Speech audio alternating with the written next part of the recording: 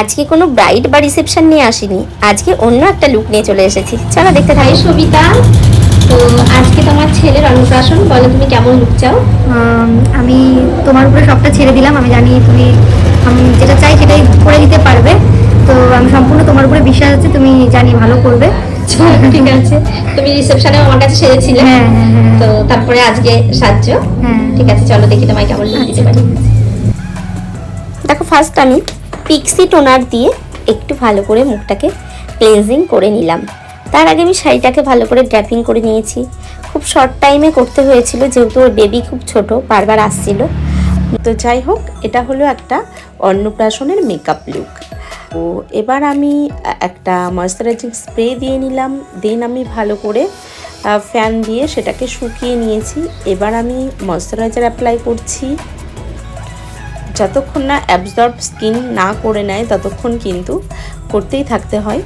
এদিকে আমার যে ক্লায়েন্ট ছিল সে খাওয়ার টাইম পায়নি, ব্রেকফাস্ট করে বসতে পারেনি, যে কারণে তার দিদি তাকে একটুখানি খাইয়ে দিচ্ছিল। দেন আমি যেটা করলাম, সপারেলের একটা স্ট্রোক ক্রিম ভালো করে লাগিয়ে দিচ্ছি যাতে স্কিনটা একটু গ্লোয়িং লাগে। এটা যেহেতু দিনের বেলার মেকআপ, সেটা মাথায় রেখে আমি কিন্তু একদম হালকাভাবে করব মেকআপটা, একদম লাইট করব। দেন আমি যেটা করলাম, কালার বারের একটা প্রাইমার ইউজ করে নিলাম। এবার আমি যেটা করব সেটা হলো ফাউন্ডেশনের পালা। ফাউন্ডেশন ভালো করে স্কিনে লাগাবো, তার আগে আবার একটু ইলুমিনেটর লাগিয়ে নিলাম। ক্লায়েন্ট চেয়েছিল একটু যাতে ফেসটা গ্লো করে, যে কারণে কিন্তু আমি এটা করলাম। এবার আমি যেটা করছি সেটা হলো তোমার স্কিনটাকে একটু কারেকশান করে নিয়েছি ভালো করে। তারপরে আমি সেটাকে ভালো করে একটু একটু আস্তে আস্তে ব্লেন্ড করছি।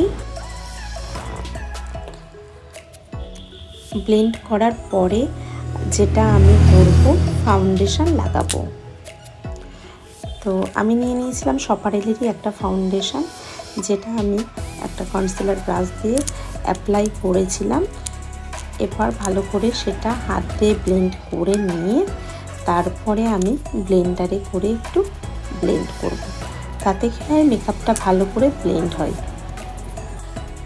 যারা তোমরা চাইছো 2025-26 বুকিং করবে, দেরি না করে কিন্তু ঝটপট করে নিজেদের স্লটটা বুকিং করে নাও।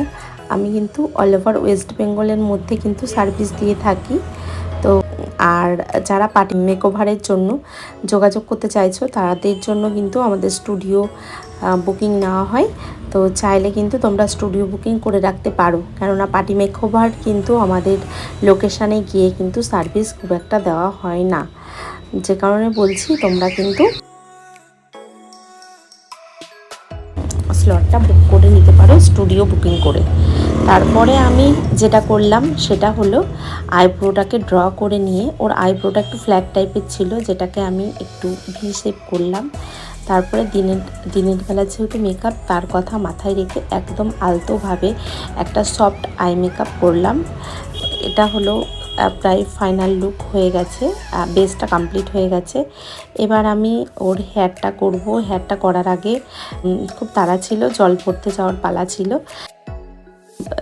জল ভরতে চলে যাবে বলছিল, আমি বললাম তোমার শাড়ি ট্র্যাপিং সমস্তটা হয়ে গেছে, হেয়ারটা খোলা রেখে তুমি তাহলে এবার যাও, জল ভরিয়ে এসে বাকিটা করবে। ও সেই মতো তাই করেছিল। তারপরে আমি একটুখানি পাউডার দিয়ে সেট করছিলাম মেকআপটাকে, কম্প্যাক্ট দিয়ে ভালো করে। আর একবার